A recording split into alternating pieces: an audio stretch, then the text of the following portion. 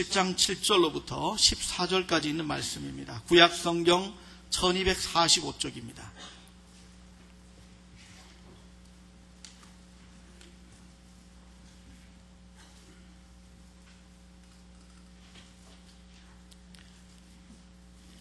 찾으신 줄 알고 함께 합독하도록 하겠습니다.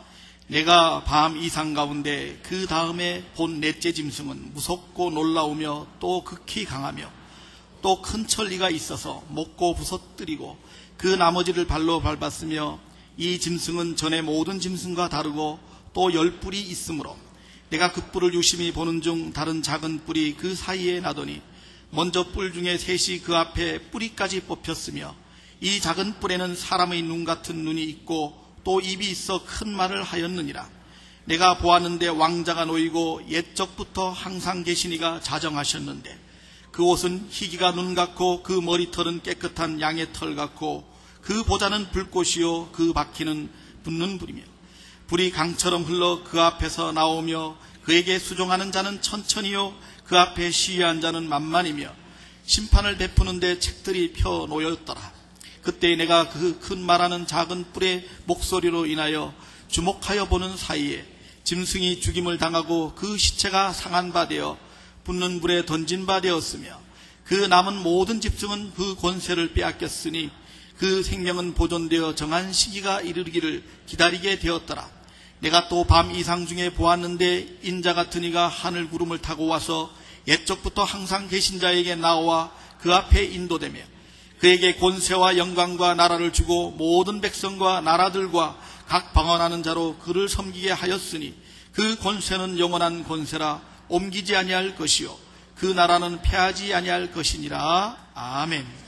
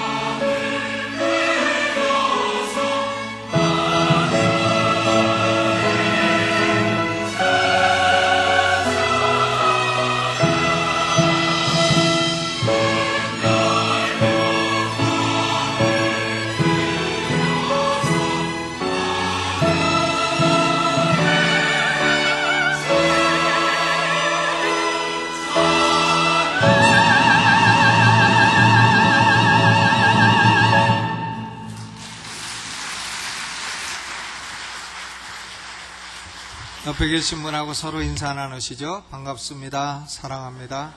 마이크 볼륨을 높이시고 피치를 좀 높여주세요. 오늘은 맥주감사주일인데요. 하나님의 교회는 1년에 2차례에 걸쳐서 하나님께 감사합니다. 6개월 지나고 맥주감사주일, 그리고 후반 6개월 지나고 추수감사주일, 하나님께 지난 6개월을 생각하면서 감사하며 지나는 주간이 되시기를 바랍니다. 감사에 관한 설교는 오늘 저녁 예배 때 드리도록 하겠고요. 오늘 낮 예배 때에는 다니엘서를 계속해서 강론하겠습니다. 오늘 주제는 다니엘서에 나타난 그리스도라 하는 제목으로 말씀을 드리겠습니다. 다니엘서에는 그 그리스도에 관한 말씀이 여러 군데 나와 있기 때문에 오늘은 여기도 보고 저기도 보고 할 테니까 여러분 성경 가지시고 여기도 보시고 저기도 보시고 왔다 갔다 졸지 마시고 잘 찾아서 따라오시기를 바랍니다. 제가 목사 안수 받을 때에 저에게 안수 쉬취하는 분이 질문을 했습니다. 성경이 뭐라고 생각하느냐? 그래서 저는 그렇게 대답했습니다. 구약은 오실 예수여, 신약은 오신 예수라. 예수 믿고 구원받고 영생 얻으라는 책이다. 그랬더니 그분이 됐다고 더 이상 질문 안 하고 합격했습니다. 그러니까 구약은 오실 예수요, 신약은 오신 예수를 증거하는 책입니다. 요한복음 5장 39절에 예수님 자신의 말씀도 그렇습니다. 너희가 성경에서 영생을 얻는 줄 생각하고 성경을 상고하거니와 이 성경이 곧 내게 대하여 증거하는 것이로다. 그랬어요. 예수님이 말씀하신 성경은 구약 성경입니다. 구약 성경은 어느 부분을 보아도 결국은 예수 그리스도를 증거하는 것이다 하는 말씀인 것입니다. 이 다니엘서는요, 특별히 놀라운 명확성을 가지고 예수 그리스도를 증거하고 있습니다. 다니엘서에 나타난 그리스도는 이분이 그리스도인가 아닌가 하고 추측하거나 아니면 좀 애매하거나 그런 것이 아니고 대단히 명확하게 이분은 그리스도 예수시다, 이렇게 믿을 수 있는 증거를 많이 가지고 있는 것입니다. 유명한 종교개혁가 요한 칼빈 선생께서도 다니엘서는 그리스도의 직분과 사역에 관하여 증거하는 대단히 중요한 자료다, 이렇게 말씀했습니다. 다니엘서를 보면 그리스도 예수님을 증거하는 5귀절이 나오고 있습니다. 5귀절인데 그 가운데 2가지는 실천적인 것이고 나머지 3귀절은 중요한 교리적인 것입니다. 5귀절을 간단하게 살펴보도록 하겠습니다. 첫째로는 다니엘서 3장 25절입니다. 여기 보면 다니엘의 세 친구 사드락, 메삭, 아벳느고가 두라 평지에 세워진 금신상에 절하기를 거부합니다. 그러니까 느부갓네살 왕은 그 셋을 평소보다 7배나 뜨겁게 한 극렬히 타는 풀무불에 던져 넣었습니다. 그런데 느부갓네살 왕이 가만히 보니까 던질 때는 3명을 던졌는데 보니까 4명이 불 속에 있더라는 거예요. 그런데 느부갓네살은 넷째 사람을 보니까 넷째의 모양은 신들의 아들과 같도다 그랬어요. 신들의 아들과 같도다. 이방인인 느부갓네살이 보아도 그분은 신들의 아들과 같도다 그랬어요. 예수 그리스도가 성육신하기 이전에 예수 그리스도가 그들과 함께 하셔서 불 가운데에서 건져내신 것입니다. 이사야 43장 2절에도 네가 물 가운데로 지날 때에 내가 함께 할 것이라. 강을 건널 때에 물이 너를 침몰치 못할 것이며 네가 불 가운데로 행할 때에 타지도 아니할 것이요 불꽃이 사르지도 못하리라 그랬습니다. 여러분, 우리가 인생 살다가 물을 지나고 불을 지나도 예수님은 우리와 함께 계시며 물에 빠지지 않게 하시고 불에 타지 않도록 보호하시는 주님이신 줄로 믿으시기를 주의 이름으로 축원합니다. 우리가 참 쉽게 잊어버리는 게 있어요. 또 하나님의 원수들도 쉽게 잊어버리는 것이 있습니다. 그건 뭔가 하면 하나님의 백성들은 숫자를 셀 때에 한 분을 더해야 한다는 사실인 것입니다. 우리가 셋이 모이면 거기는 반드시 하나님의 함께 계시기 때문에 넷이 되는 거예요. 우리가 혼자 살아도 혼자가 아니고 하나님이 함께 계시기 때문에 둘이 되는 것입니다. 우리도 잊어버리고 원수들도 있지만은, 그러나 예수님은 마태복음 28장 20절에 볼지어다 내가 세상 끝날까지 너희와 항상 함께 있으리라, 이렇게 말씀하셨어요. 우리와 함께 계시며 우리 인생이 물을 지나든지 불같은 시험을 지나든지 함께 계시고 보호하시는 줄로 믿으시기를 주의 이름으로 축원합니다. 두 번째로는 다니엘서 10장 5절로부터 6절의 말씀입니다. 다니엘은 90이 가까운 나이가 되었습니다. 제가 새알에 보니까 86세쯤 되셨어요. 금식 기도하다가 예수님을 만나셨습니다. 다니엘은 늙었고 민족의 장래로 인하여 마음의 근심이 가득했습니다. 3주간에 걸친 금식 기도로 인해서 그의 몸도 피곤했습니다. 물론 금식 기도라 해서 아무것도 안 먹은 건 아니에요. 뭐 조금 잡수셨지만 맛있는 건 안 드셨다 하는 얘기죠. 그때에 다니엘은 한 분을 만났습니다. 그분이 어떤 분이냐? 세마포 옷을 입고 허리에 우바스 정금 띠를 띠고 그 몸은 황옥 같고 그 얼굴은 번갯빛 같고 그 눈은 횃불 같고 그 팔과 발은 빛난 놋과 같고 그 말소리는 무리의 소리와 같은 한 사람을 뵈었다 그랬어요. 그분을 뵙고 다니엘은 몸에 힘을 잃고 얼굴을 땅에 대고 깊은 잠이 들었습니다. 여러분, 사도 요한이 이분을 또 만났어요. 요한계시록 1장 13절로 16절에 동일한 모습을 하신 그분을 비었습니다. 그런데 사도 요한은 그분이 전에 죽었다가 다시 살아나시고 살아나셔서 영원히 살아계신 알파요 오메가이신 예수 그리스도라고 확실하게 증거하고 있는 것입니다. 여러분, 예수님은 이처럼 다니엘처럼 지치고 고난 하나님의 종을 만지시고 격려하시는 구주이십니다. 어루만지시고 말씀하십니다. 두려워 말라, 평안하라, 강건하라, 강건하라. 이런 격려의 말씀을 들은 다니엘은 곧 힘이 나서 일어나 말했다고 했습니다. 예수 그리스도는 지치고 고난 하나님의 백성들을 영혼도 어루만지시고 육신도 어루만져 격려하고 고치시고 힘을 주시는 구주이신 것입니다.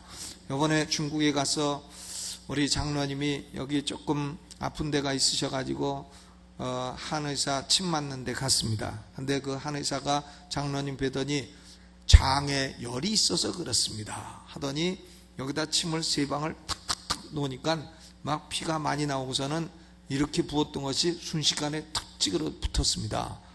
금방 회복이 됐어요. 내일 또 올까요 하니까 그 한의사는 말하기를 올 필요 없습니다. 오늘 저녁에 다 났는데 왜 오십니까? 대단히 자신 있게 말을 하더라고요. 그래서 저는 장로님 모시고 가서 곁다리로 이제 나도 한번 봐주세요. 이래가지고 이제 진맥을 했는데 그 한의사가 그래요. 딱 재보더니 무슨 스트레스가 많은 일을 하시는 분 같습니다. 아주 도사같이 맞춰요. 그러더니 이제 침을 좀 맞아야 되겠다고. 근데 저는 보통 그냥 바늘로 찌르는 침 갖고는 안 되고 칼침을 맞아야 된다나. 칼침은요, 침이 면적이 넓적합니다. 넓적해서 칼처럼 된 것을 내 등허리에다가 그래 한번 놔보라 그랬더니 탁 넣더니 막 또 후벼. 그렇게 3번을 하더니요, 24시간 뒤면 괜찮아질 거라더니 괜찮아졌어요. 괜찮아졌는데 뭐 좋아졌는지 나빠졌는지 모르지만 하여간 기분은 좋아졌어요. 난 참 주의 일을 해도 때로는 피곤하기도 하고 지치기도 합니다. 다니엘처럼. 그런데 뭐 한의사가 침을 놔주기도 하지만 궁극적으로는 우리 예수님이 우리를 어루만지시고 힘주시고 용기를 주시는 줄로 믿습니다. 지금 영혼이 지치고 육신이 지친 분들은 예수님의 어루만지셔 용기를 주시고 격려하시기를 주님의 이름으로 축원합니다. 이제 이 두 가지는요, 다니엘서에 나타난 예수님이 성도들을 보호하시고 성도들을 격려하신다, 이런 실천적인 거예요. 그런데 나머지 3구절은 대단히 어렵기도 하고 교리적이기도 한 것입니다. 세 번째로 다니엘서 2장 34절로 35절입니다. 여기서 예수님은 뜨인 돌로 계시가 되었습니다. 여러분, 다니엘서 2장은 여러분 잘 아시죠? 느부갓네살이 본 신상에 관한 얘기입니다. 느부갓네살은 밤에 꿈을 꾸었는데 큰 신상을 보았어요. 머리는 금이요, 그리고 어깨는 은이요, 그리고 배는 노시요, 두 다리는 철이요, 발은 철과 흙으로 된 그런 신상이었습니다. 이 신상은 무엇을 의미하는가 하면 다니엘의 시대에 앞으로 일어날 역사의 진행 방향, 앞으로 일어날 왕국들에 관한 것이었습니다. 금왕국은 바벨론이요, 은왕국은 메데와 파사요, 그리고 놋왕국은 헬라요, 철왕국은 로마를 가리키는 그런 계시였습니다. 이 신상은 겉으로 보기에는 화려합니다. 화려하고 영광스럽고 놀라운 위엄을 갖추고 있습니다. 그런데 이 신상에 서 있는 모습이 대단히 불안한 거예요. 왜냐하면 그 발을 보면 위에는 금속으로 다 되어 있는데 발이 철과 흙이 섞여 있다. 발이 흙으로 되어 있단 말이에요. 그러니 위에는 금속을 버치고 있고 한데 발이 철과 흙이 섞여 있으니까 얼마나 불안하겠어요. 여러분, 이 세상의 왕국들은 견고한 듯이 보여도 속으로는 대단히 불안한 것입니다. 그 소련이요, 참 견고한 나라 같더니 불안해서 결국은 저렇게 여러 나라로 갈라졌어요. 미국도 견고한 것 같지만 속으로는 불안합니다. 김정일이가 견고한 것 같지만은 얼마나 불안하겠어요. 죽을 때 다 되고 자식한테 넘겨줘야 되는데 잘 될 건가, 얼마나 불안하겠어요. 세상 왕국은 겉으로는 화려해 보여도 결국은 근본적으로 불안하다, 이것을 말씀하는 겁니다. 그런데요, 별 영광도 없고 사람들도 귀하게 여기지 않는 무시할 만한 돌이 하나 날라왔습니다. 하나 돌이 날라오더니 그 신상의 제일 약한 발을 탁 치는 거예요. 그러니까 신상은 다 부서져 버리고 여름 타작마당에 교같이 되어 바람에 불려 간 것이 없어졌다고 했습니다. 타작마당에요, 저는 어려서 이 쌀 같은 거 타작할 때에 키라고 하는 걸 가지고 어른들이 그걸로 탁탁탁탁 치면은 쌀만 남고 겨는 다 날아가고 바람에 날아가고 그런 걸 보았습니다. 어디 갔는지 알 수 없어요. 그런데요, 이 우상의 발을 친 돌은 처음에 하나가 딱 날아오더니 그만 돌들이 자꾸 돌들이 쌓여서 태산을 이루게 되더라 하는 내용이 다니엘서 2장에 기록되어 있습니다. 이 돌은 그 기원이 사람에게 있지 않습니다. 다니엘서 2장 34절에 사람의 손으로 하지 아니하고 뜨인 돌이 신상의 철과 진흙의 발을 쳐서 부서뜨렸다 그랬어요. 그 기원이 초자연적인 존재인 것입니다. 이 뜨인 돌이 불안한 세상 왕국을 쳐서 멸망시키고 온 세상을 지배하게 된다는 것입니다. 다니엘서 2장 44절은 그 이상에 대한 해석입니다. 이 열왕의 때에 하늘에 하나님이 한 나라를 세우시리니 이것은 영원히 망하지도 아니할 것이요, 그 국권이 다른 백성에게로 돌아가지도 아니할 것이요, 도리어 이 모든 나라를 쳐서 멸하고 영원히 설 것이라 그랬어요. 여러분, 금왕국도 망하고 은왕국도 망하고 놋왕국도 망하고 철왕국도 망해도 그러나 돌왕국은 망하지 않는다는 거예요. 돌왕국은 영원하다는 겁니다. 이 돌왕국의 기초는 초자연적인 기원을 가지고 뜨인 돌이요, 바로 이분은 예수 그리스도시요, 우리는 예수 그리스도를 믿어 신령한 산 돌이 되어 이 돌왕국의 일원이 된 줄로 믿으시기를 주님의 이름으로 축원합니다. 느부갓네살 왕은요, 바벨론 왕국을 세우고 세계를 지배한 위대한 왕이었습니다. 얼마나 기분이 좋았겠어요. 왕국을 세워가지고 세계를 지배하고 통치하고 자기 손 하나 깠다가면 수만 명 죽이는 건 일도 아니고 뭐 먹는 거 맘대로 먹고 뭐 하고 싶으면 맘대로 하고 뭐 안 되는 게 없는 그런 위대한 왕이었습니다. 그런데요, 이 아무리 위대한 왕이라도 자신의 밤의 꿈에 머릿속으로 나타나는 이상을 컨트롤할 수는 없었다는 겁니다. 꿈에 자기 꿈 하나 제대로 조절할 수 없었다는 것이에요. 그리고 참 무시할 만한 뜨인 돌이 와서 자신이 세운 왕국을 쳐서 무너뜨리고 부서뜨려도 속수무책인 존재에 불과했다는 것입니다. 여러분, 우리 각자도 어떤 의미에서는 작은 느부갓네살입니다. 우리도 작은 왕국을 건설하는 건설자예요. 우리의 가정도 왕국이죠, 왕국. 남편이 왕이에요. 그럼 뭐냐? 아내는 왕비. 이렇게 되는데 요새는 보면 남편이 왕이 안 되고 자꾸 쫓겨나서 노숙자가 되고, 노숙자 된 사람 보고 물어보면, 20대 노숙자 보고 물어보면 왜 쫓겨났냐 하면 반찬 투정하다가 쫓겨났다네. 또 30대 노숙자 보고 왜 쫓겨났냐 그러면 마누라 어디 가냐고 물어보다가 쫓겨났다네. 40대 노숙자는 왜 쫓겨났냐 그러면 곰탕 끓일 때 왜 곰탕 끓이냐고 물어봤다가 쫓겨났다는 거예요. 곰탕은 뭐냐 하면 마누라가 외국 여행 갈 때 남편 밥 줄 수 없으니까 아침에도 먹고 점심에도 먹고 저녁에도 먹고 일주일 내내 먹으라고 곰탕 하나 끓여놓는데 그거 왜 끓이냐고 물어봤다가 노숙자 됐다는 이런 무슨 얘기가 있습니다. 그러니까 아무리 그래도요, 그래도 가정은 왕국이죠. 남편은 왕이고 아내는 왕비고 또 그렇습니다. 자식들은 뭐냐? 공주고 왕자님이고 왕국이죠. 또 우리의 사업도 왕국입니다. 내가 세우는 왕국이에요. 내 친구들도 다 내가 세우는 왕국입니다. 모두가 아하 내가 세웠도다 하고 자족하는 왕국입니다. 모두 빛나는 왕국이요 영광스러운 작은 왕국입니다. 그러나 아무리 이렇게 왕국을 세워도 우리 각자에게는 우리 자신도 스스로 통제할 수 없는 작은 양심의 소리가 있는 것입니다. 야, 너는 하나님을 어떻게 대접할 거냐? 야, 너는 하나님을 모른 척 할 거냐? 야, 너는 하나님을 없다 할 거냐? 야, 너는 그리스도라 하는 예수를 어떻게 할 거냐? 너의 죄를 용서해 주신다고 하는 그분을 어떻게 할 거냐? 믿고 용서받을 거냐? 아니면 못 본 척하고 외면할 것이냐? 야, 너가 저지른 죄는 어떻게 됐냐? 그냥 용서받았냐? 네가 어떻게 다 처리했냐? 너의 저지른 죄는 어떻게 됐냐? 너는 죽으면 영혼이 어디로 가겠느냐? 너는 천국 갈 자신이 있느냐? 내가 천국 간다는 걸 보장해 주는 분은 누구냐? 그리고 너는 영혼을 어디서 보낼 거냐?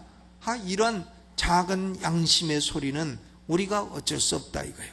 이것은 하나님이 우리 양심을 통해 하시는 말씀이라는 것입니다. 시편 127편 1절에 여호와께서 집을 세우시지 아니하면 세우는 자의 수고가 헛되며 여호와께서 성을 지키시지 아니하면 파수꾼의 경성함이 허사로다 그랬어요. 여러분, 예수 그리스도가 기초가 되지 않은 집이나 성이나 왕국은 모두 다 무너져 버리고 만다는 것입니다. 예수님도 그런 비유를 말씀하셨죠. 모든 인간은 집을 세우는 존재들이다. 집을 세우는 존재들인데 어떤 사람은 모래 위에 세우고 어떤 사람은 반석 위에 세우고, 모래 위에 세운 집은 뭐 기초도 금방 빠고 또 빨리 세우고 해서 높이 올라갈지도 몰라도 바람 불고 창수나고 하면 무너짐이 심하다 그랬어요. 그러나 반석 위에 세운 집은 올라가는 게 느리고 하지만 비바람이 불어도 끄떡없이 넘어지지 않고 견딘다고 말씀을 하셨습니다. 여러분, 예수 위에 세워진 인생만이 남는 것이요, 그것이 남는 장사인 것입니다.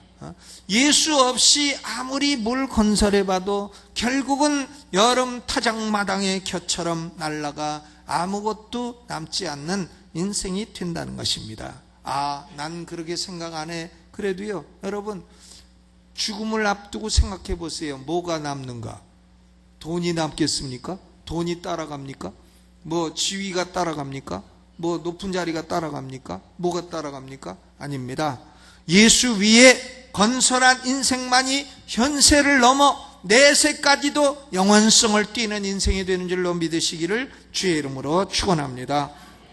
이사야 28장 16절에도 주 여호와께서 가라사대 보라, 내가 한 돌을 시온에 두어 기초를 삼았나니 곧 시험한 돌이요 귀하고 견고한 기초돌이라. 그것을 믿는 자는 급절하게 되지 아니하리로다. 기초돌 대신 예수 그리스도를 믿는 자는 급절하게 되지 않는다. 급하게 딱 꺾여가지고 망해버리는 거 급절이죠. 급절하게 되지 않는다 그랬습니다. 예수님은 뜨인돌이시요 견고한 기초돌이십니다. 예수님을 기초돌로 해서 예수 믿는 사람들은 신령한 산 돌이 되어서 하나님의 교회를 건설해 가는 것입니다. 베드로전서 2장 7절에도 그러므로 믿는 너희에게는 보배이나 믿지 아니하는 자에게는 건축자의 버린 그 돌이라. 믿지 않는 사람들은요, 예수님을 건축하다가 건축자가 쓰다가 아이고 이런 돌은 아무짝에 쓸모없다 해서 버리는 것처럼 예수님을 버려. 그러나 믿는 우리에게는 예수님이 보배 되시는 줄로 믿습니다. 예수님이 보배 아니에요. 예수로 말미암아 나는 죄 사함 받았고, 예수로 말미암아 나는 인생의 의미를 알았고, 예수로 말미암아 나는 이 생의 짧은 생을 살아도 영원에 대한 소망을 갖게 되었도다. 예수로 말미암아 나는 진리를 알게 되었고, 인류 역사의 방향을 알게 되었고, 현세와 내세를 알게 되었고, 빛과 어둠을 알게 되었도다. 예수님이 보배인 것입니다. 여러분, 우리 각자는 예수 그리스도를 견고한 기초돌, 인생의 보배로 삼아 건설하시기를 주님의 이름으로 축원합니다. 그렇지 않으면 어떻게 되냐? 그렇지 않으면 결국 무너지고 바람에 불려 날아간 겨 같은 인생이 되고 만다는 것입니다.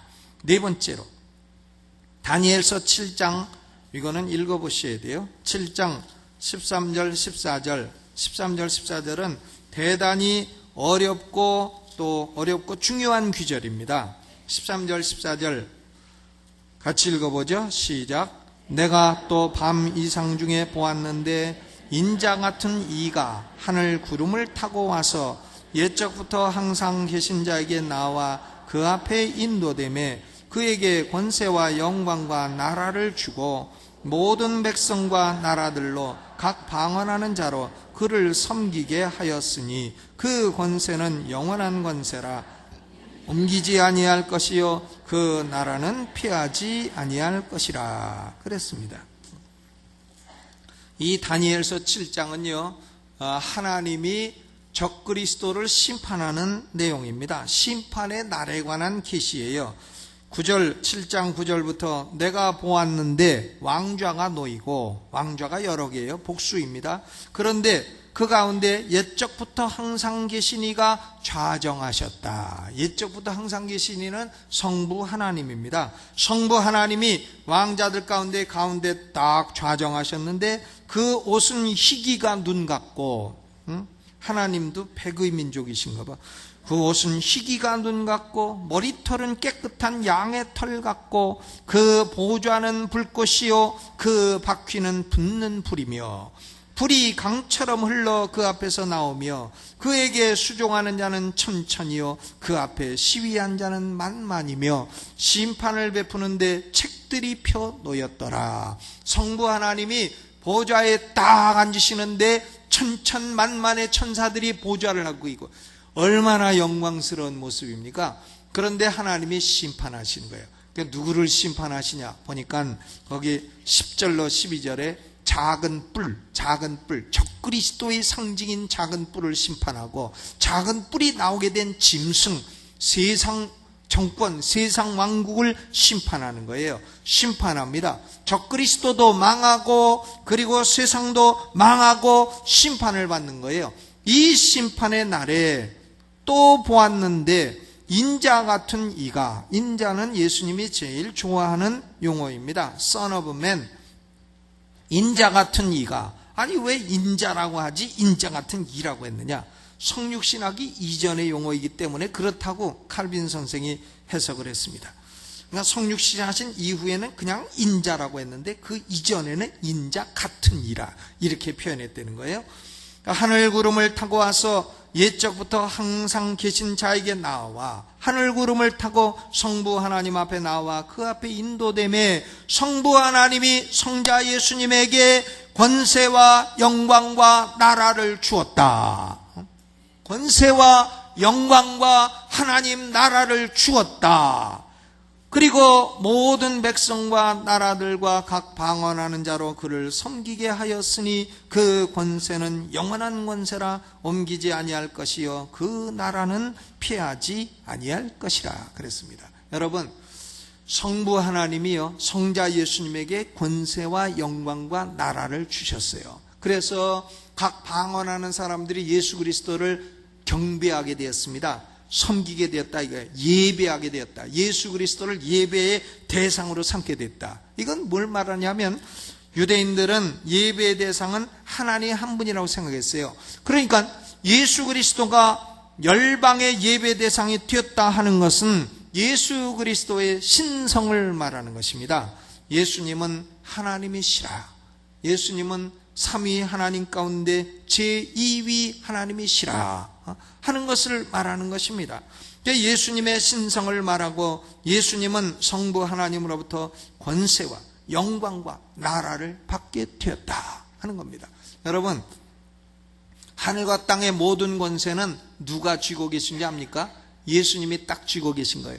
나는 어떻게 하면 인생을 성공할까? 권세를 주신 분에게 잘 보여야죠. 어떻게 하면 내 사업을 성공할까? 권세를 주신 분에게 잘 보여야죠. 나는 어떻게 하면 인생이 행복할까? 권세를 주신 분에게 잘 보여야죠. 하늘과 땅의 모든 권세는 오바마 대통령이 가진 것도 아니고 이명박 대통령이 가진 것도 아니고 그 권세는 하나님이 나눠주신 거예요. 일부 나눠주신 것이지 근본 권세는 예수님이 다 쥐고 계시다 그 말이에요. 그러니까 예수님한테 잘못 보이는 인생은 국물도 없는 인생이 되는 것입니다. 예수님은 모든 권세를 다 주시고 영광도 주시고 또 하나님 나라도 다 받으셨어요. 이 다니엘서 7장 13절은 신약 성서에도 여러 번 인용됐습니다. 그런데 인용될 때는 언제나 재림을 언급할 때 인용됐어요. 마가복음 13장 26절에도 그때 인자가 구름을 타고 큰 권능과 영광으로 오는 것을 사람들이 보리라. 구름 타고 오리라. 마가복음 14장 62절 예수께서 이르시되 내가 그니라. 인자가 권능자의 우편에 앉은 것과 하늘 구름을 타고 오는 것을 너희가 보리라 그랬습니다. 그러니까 이 다니엘서 7장의 말씀은 예수 그리스도는 이미 권세와 영광과 나라를 얻으신 분이시요 재림하실 때에 예수 그리스도는 하나님 나라를 완성하실 구세주요 짐승으로 상징되는 세상 나라와 작은 뿔로 상징되는 사단의 세력을 영원히 재림 시에는 멸망시키실 것이다 하는 말씀인 것입니다. 그러니까 다니엘서 7장은 궁극적으로 권세를 가지신 예수님의 재림을 의미하는 것이라고 신약이 풀고 있는 것입니다. 그런데 다니엘서 7장 18절과 27절을 보면 성도들도 나라를 얻을 것이라 했습니다. 지극히 높으신 자의 성도들이 나라를 얻으리니 그 누림이 영원하고 영원하고 영원하리라. 14절에 보면 나라를 예수님이 받았다 했는데 18절을 보면 성도에게 주신 바 되었다. 그럼 이거 모순이 아니냐 이렇게 볼 수 있지만 그렇지 않고 그리스도 예수님과 성도들의 일치와 연합을 의미하는 것입니다. 예수님은 하나님 나라의 완성자요 예수님과 연합된 성도들도 하나님 나라를 소유하게 되고 천국을 소유하게 된다는 것을 말하는 것입니다. 그러니까 예수 믿고 예수님과 연합된 사람들은 천국에 들어가게 되고 천국을 소유한 자가 될 줄로 믿습니다. 그거죠. 우리 예수 믿는 사람들은 참 지옥 가긴 다 틀린 사람이에요. 옆 사람하고 날 더우니까 인사 한번 하세요. 시원하게. 우리 지옥 갈 수 없습니다. 우린 지옥 갈 수 없습니다. 여러분 중에 제가 참 말씀드립니다. 지옥 가지 마십시오. 지옥 가지 마세요. 예수 믿고 천국을 소유하게 되시기를 주의 이름으로 축원합니다. 나중에 제 말 안 듣고 이건 제 말이라고 생각하지 마세요. 하나님 말씀이니까요. 안 듣고 지옥에 진짜 떨어져 아이고 그때 들을 걸 그러지 마시라 이거예요. 세상 영광 쫓아가고 세상 영광 사단의 세력을 쫓아가는 자는 영원한 멸망의 형벌을 받게 될 것입니다. 그러므로 여러분 예수님 따르는 게 인생의 지혜예요. 사단을 따르고 세상 영광 쫓아가는 것은 어리석은 짓입니다. 그것은 망할 걸 쫓아가는 거예요. 예수님을 반석으로 해서 인생을 건설하고 예수님을 따라 사는 성도가 되시기를 주님의 이름으로 축원합니다. 이제 다섯 번째로 마지막인데요. 다니엘서 9장 24절 읽어보시죠. 다니엘서 9장 24절 같이 읽어봅니다. 시작.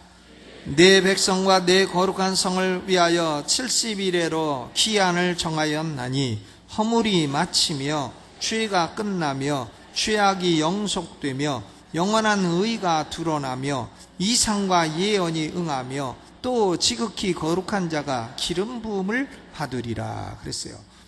이 70일에 이것은 사람들마다 뭐 희한하게 해석을 하고 사람마다 견해가 다르고 하는 것입니다. 그래서 저는 70일에가 뭔지 잘 모르겠어요. 아무리 공부를 해도 잘 모르겠고 사람마다 다 다르고 잘 모르겠어요. 잘 모르니까 그냥 자세히 설명할 수가 없어요. 그런데 70일에가 뭔지는 몰라도요, 70일에가 되면 분명한 것은 뭐냐? 예수님이 십자가에 못 박히실 것이다. 그거는 분명하다는 겁니다. 왜? 여기 보니까 70일에가 지나면 거룩한 자가 기름 부음을 받을 것이라. 성령의 기름 부음을 받은 메시아가 올 것이라는 걸 말하는 것입니다. 해서 다니엘서 9장 24절은 메시아의 6대 사역을 분명히 선포하고 있어요. 첫째는 허물을 마치는 일, 둘째는 죄를 끝내는 일, 셋째는 죄악을 영원히 속죄하는 일, 넷째는 인간에게 나누어 주시는 영원한 의를 드러내는 일, 다섯째 이상과 예언을 모두 실현하는 일, 여섯 번째 기름 부음을 받아 메시아가 되는 일인 것입니다. 히브리서 9장 26절에도 예수님은 자기를 단번에 제사로 드려 죄를 없게 하시려고 세상에 나타나셨느니라 그랬어요. 예수님은 죄를 없게 하시려고 세상에 나타나셨느니라. 그러니까 십자가에 달리신 예수님은 뭐냐? 우리 죄를 속죄하고 또 우리에게 나누어줄 의를 이루는 분이에요. 예수 믿는 사람은 고로 죄가 용서받고 예수님부터 의를 받아 의인이 되어 천국에 들어갈 수 있게 되는 것입니다. 다니엘서는 그러므로 결국은 십자가에 못 박히신 예수 그리스도에게로 우리를 인도하는 것입니다. 7년 환란이 어떻고 1000년 왕국이 어떻고 무슨 666이 어떻고 777 이런 팬시한 얘기들, 소위 세대주의자들이 말하는 이런 팬시한 얘기들은 저는 볼 때 순거짓말이지 그것이 진리가 될 수 없다고 생각합니다. 다니엘서는 예수 그리스도가 오셔서 우리의 죄를 속할 것이다.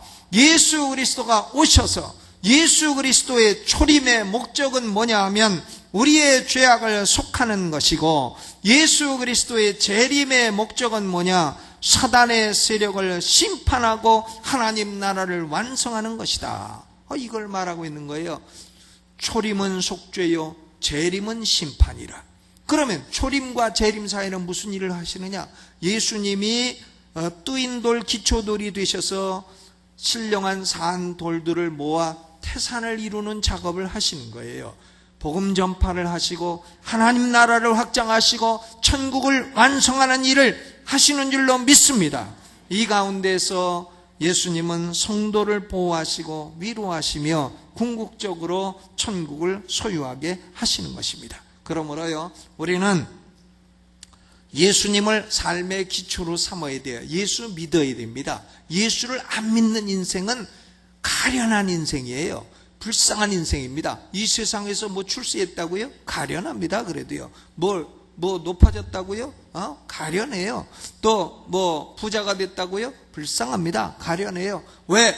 그 사람이 조금 있으면 죽을 것이고 영원히 망할 것이기 때문입니다. 고로 예수 믿어야 돼요. 삶의 기초로 딱 삼으시고 그 다음에 무슨 일이든지 예수님 편을 드시기를 주의 이름으로 축원합니다. 반대편 들지 마세요. 예수 편 드세요.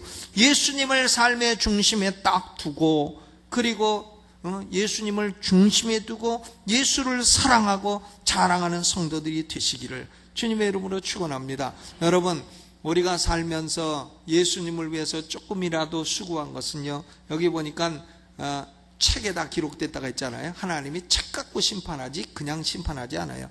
책에 기록됐는데 우리의 죄는 예수님의 피로 다 씻어주셨어요. 그리고 우리가 수고한 것만 다 기록해 놓으셨어요. 그러니까 소자에게 냉수 한 그릇 이렇게 준 것도 하나님이 다 기록해 놓으셨다. 그러니까 여러분, 하나님을 위해서 조금이라도 일한 거, 뭐 하기 싫은데 그냥 억지로라도 일했다. 그래도 하나님은 그거 다 상 주십니다. 하나님의 일은 억지로 일해도 잘하는 거예요. 억지로도 하셔야 돼요. 목사님이 시켜도 할 수 없이 구역장한다. 아이고 힘들어 죽고, 그래도 억지라도 하면 복이 되는 겁니다. 그거 안 하면 뭐 하겠어요? 그런데 천국 가면 중국집이 있다는 얘기를 저는 너무나 좋아하고 자주 합니다. 중국집 가니까 거기 사찰 집사님이 팔보채를 딱 잡수시고 계시더래. 그런데 장로님들은 보니까 뭐 짬뽕하고 해삼탕하고 다 잡수시고 계신데, 그러면 피목사 어디 갔냐? 그러니까 안 보인다고 배달 나갔다고 그러더래. 짜장면 배달 나갔다고. 저는 그 얘기가 재밌어요. 그래서 지금 저는 오토바이를 배우려 합니다. 천국에서 짜장면 배달을 잘하려면. 그리고 내 오토바이 뒤에는 빨간 깃발을 달아가지고 번개짜장, 신속히 배달하는 짜장을 하려 합니다. 그런데요, 여러분 생각해 보세요. 지옥 가갖고 영원히 고통하는 것보다 천국에서 그래도 배달 나가는 게 얼마나 영광스럽냐 이거예요. 이게 영광스러운 일이 아닙니까? 여러분, 예수를 기초로 해서 예수 믿고 예수님 사랑하고 예수님 섬기고 예수님 위해 헌신하는 인생으로 살아가시기를 주님의 이름으로 축원합니다. 오늘 이 말씀 생각하면서 우리 오른손 들고 기도하겠습니다. 주여, 내 인생은 예수 믿는 인생, 예수 위에 세워진 인생, 예수님 사랑하고 자랑하는 인생, 그리고 이 땅을 떠나도 영원 천국을 소유하여 천국에서 상 받는 인생, 하나님부터 잘하였도다 착하고 충성된 총아, 칭찬받는 인생이 되게 하여 주옵소서. 주여 한번 크게 부르고 통성으로 기도합니다. 주여! 하나님, 우리 아버지, 오늘 우리를 신령한 산돌이 되게 하여 아버지 그리스도와 연합된 천국을 소유한 백성이 되게 하심을 감사합니다.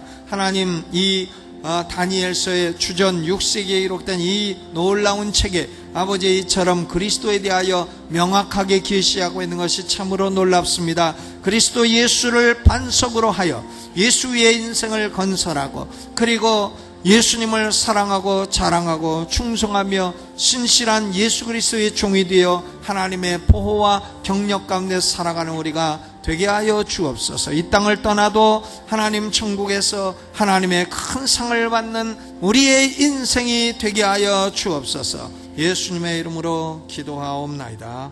아멘.